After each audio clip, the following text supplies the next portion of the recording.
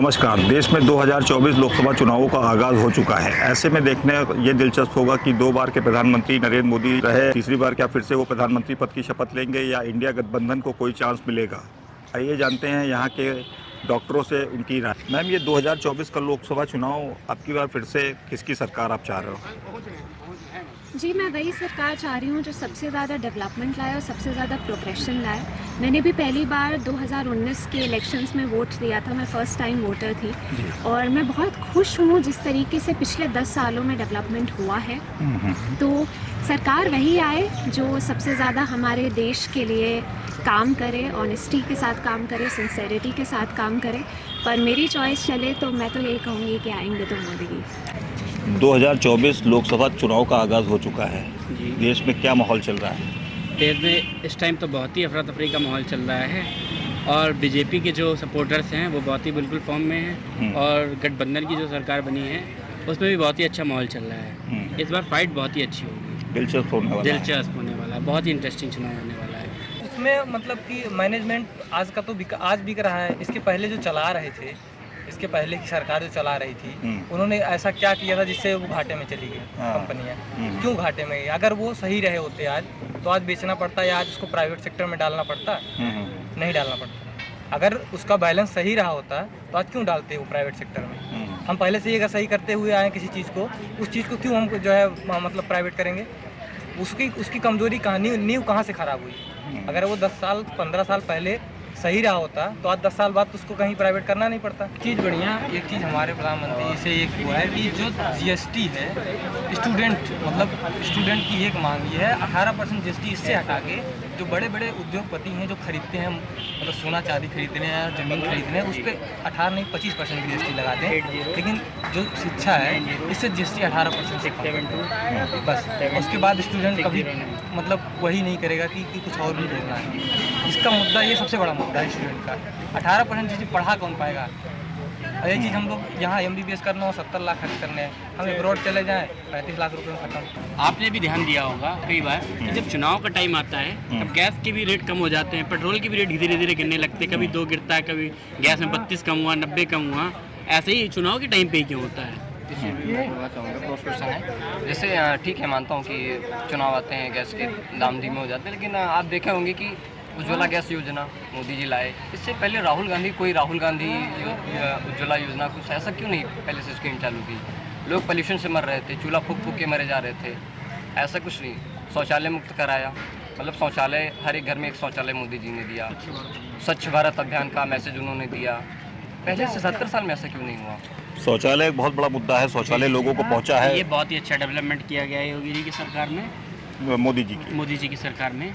और इसमें क्या है कि यूपी से क्या है कि देखिए, जैसे कि मतलब होता क्या है कि काम कोई करता क्रेडिट कोई ले लेता है। जैसे कि हमारा मेट्रो जो था वो सपा सरकार में स्टार्ट किया गया था, लेकिन फिर उसको वही दोबारा डेवलपमेंट करना, वही अपने नाम का अपने सर्टिफिकेट फाइल करना कि मैंने मेट्रो स्टार्ट कराया है, वो चीज़ तो कुछ गलत भी है। वो तो अखिलेश यादव की सरकार में भी कंटिन्यू। तो शौचालय की योजना तो मोदी जी की थी ना। चलिए ठीक है, मेट्रो ठीक है, अखिलेश यादव ने बनवाया, इकाना स्टेडियम बनवाया, बहुत ही अच्छी बात है। लेकिन आप देख रहे हैं वंदे भारत हो गई और 1-2 ट्रेन और हो गई। अभी तो अयोध्या आप देख सकते हैं, ऐसा गगनयान हो गया, चंद्रयान हो गया, ये सब मोदी जी के कार्यकाल में ही हुआ है ना।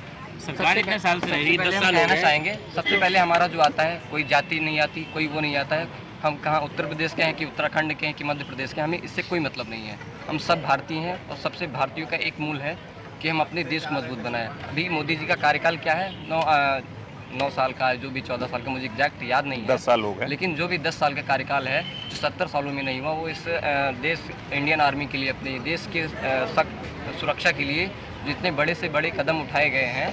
अब देखिए बताइए, इसमें से उन्होंने किया डेवलपमेंट मानने, लेकिन उन्होंने देखिए जैसे इंडियन आर्मी का पीरियड कर दिया, प्राइवेट 4 साल में ख़त्म।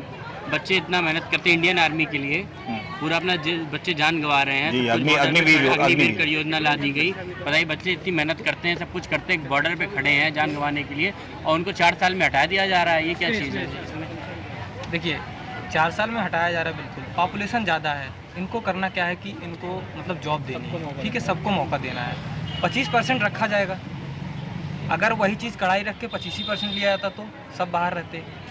प्लस अगर हम एक्स आर्मी बन के निकलते हैं तो उसमें छूट मिलती है, अदर चीज़ों में बैंक, लेखपाली सब में मिलती है ना। तो वो अलग चल के मतलब उसमें ले लेंगे रिजर्वेशन, हो जाएगा उनका करने के सर, बाद। मैं कुछ बोलना चाहूँगा। बात ये है कि जैसे हमारी कुछ एक्स आर्मी 4 साल का एक्सपीरियंस लेके निकलेंगे, कुछ वो 25% सिलेक्ट किए जाएंगे, लेकिन सबसे अच्छी बात है कि भविष्य में ऐसा कभी हो ना कि भारत से किसी का झगड़ा हो जाए और हमें युद्ध की जैसी मतलब तनाव उत्पन्न हो जाए जिससे हमें युद्ध करना पड़े। लेकिन इससे ये रहेगा कि हमारी वेल ट्रेंड जो आर्मी है, जिसको हमने पहले से ट्रेनिंग दे रखा है, और अगर आप सबसे मानते हैं कि दुनिया का हर एक देश हमारी इंडियन आर्मी का, हमारी थल सेना का, हमारी सेना का लोहा मानता है, तो ऐसी कंडीशन में हम अपनी जो जवान हैं हमारे अग्निवीर वाले, हम उन्हें आगे करके अपनी एक ढाल के तरीके से काम कर सकते हैं। हमारे यहाँ जितना भी इंटरनेशनल मुद्दा हुआ कभी भी सुलझा नहीं पाया कोई, कभी नहीं सुलझा पाया। और इतने दिनों से राम मंदिर का मुद्दा चल रहा था, बस उस पर सब रोटियां सेक रहे थे। आते ही सब जितना कहा उतना किया। अब लोग कहते हैं कि मतलब कि उनको नौकरी चाहिए, नौकरी कैसे मिलेगी? बीए नकल करके पास हो जा रहे हैं, फ्री में नौकरी लेंगे और कह रहे हैं नौकरी नहीं मिलती है। मैं कहता हूँ डिप्लोमा करो, कोई टेक्निकल डिग्री लो, पैसा कमाओ इंटर के बाद। क्यों मतलब 72 डिग्रियाँ लेनी है? अब 72 डिग्री ले तो उतनी कैपेबिलिटी अपनी बढ़ाओ, उस लायक बनो। यहाँ मेडिकल कॉलेज में इतने डॉक्टर्स हैं, इतने प्रोफेसर हैं, ऐसे थोड़ी ना बन गए हैं। सेंट्रल गवर्नमेंट में जितनी जॉब मिल रही सब परमानेंट हो रही हैं, अच्छे से भी हो रही हैं और कोई दिक्कत भी नहीं, इसमें कोई झोल भी नहीं है। आप एक डॉक्टर हो, मेडिकल फील्ड में आपको वर्क नज़र आ रहा है? बिल्कुल, हमारे यहाँ वेंटिलेटर सब उन्हीं के देन है। अभी वेंटिलेटर रखा वार्ड डे में जाके देखिए, पीएम जी का, पीएम के नाम से उनकी फ़ोटो भी लगी हुई है जी। हाँ, वेंटिलेटर मेरे यहाँ उनका रखा हुआ है। और बहुत सी चीज़ें ऐसी हैं कि जो कि देता है गवर्नमेंट। पहले हमारे यहाँ जितने भी लगभग गरीब आते हैं सबका 5 लाख रुपए जो भी वो हुआ है आयुष्मान कार्ड, उस पर होता है काम। सब कहते नहीं होता है, बिल्कुल होता है। आप चलिए मैं दिखाऊं। 150 मतलब गरीबों को लाभ मिल रहा है? बिल्कुल लाभ मिल रहा है, 5 लाख रुपए मिलता है बिल्कुल उनको। उनका हम ही लोग रसीद काट के देते हैं आयुष्मान पे, होता है। और लगभग उसी के मिलेंगे, विपन और उसी के मिलते हैं। कुछ ही लोग ऐसे रहते हैं। महिलाओं के लिए भी उन्होंने बहुत अच्छा काम किया है। हमारा तो ये है कि देखो हमारे भैया आएंगे प्रधानमंत्री जो आज इम्प्लीमेंट की ज़रूरत भी है, जैसे अनएम्प्लॉयमेंट है, प्राइवेटाइजेशन है, ये सब उनकी डिमेरिट है। बाकी इंटरनेशनल पॉलिटिक्स जो है वो काफ़ी अच्छी है और कुछ ग्राउंड लेवल पे काम भी बहुत अच्छे हुए हैं, जैसे कि लोगों को जो आवास मिला है या फिर आपको देखा जाए तो जो स्वच्छ भारत योजना है उसमें काफ़ी काम हुआ है। और एक मंत्रालय है नितिन गडकरी साहब का, उसमें भी काफ़ी अच्छा काम हुआ है जी।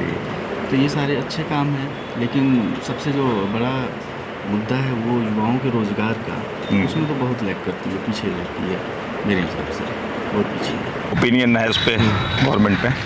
तो अंकल मेरा ओपिनियन काफ़ी क्लियर है कि at least as far as considered my state I can see a lot of development. मतलब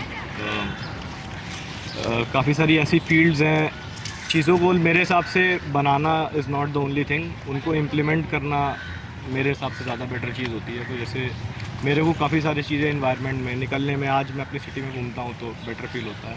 सो मेरा यही ओपिनियन है। बाकी आज सच में किसी गवर्नमेंट को सपोर्ट नहीं करता हूँ, कोई भी आए काम करता रहे। आएंगे। और ये राहुल गांधी के बारे में क्या कहना चाहोगे आप?